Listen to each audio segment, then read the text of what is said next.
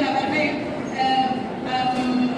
சிவலிங்கனார் அவர்கள், ராகவங்கை ஐயங்கார் அவர்கள், சதாசிவ பண்டாரத்தார் அவர்கள், கோதண்டராமன் ஐயா அவர்கள், இன்னும் சொல்லிக்கொண்டே போகலாம். குறிப்பாக ஐயா சொன்ன திரு மாணிக்கவாசகம் ஐயா அவர்கள், திரு கமல்கண்ணன் ஐயா அவர்கள் என்று பலரும் இருந்தாலும் இந்த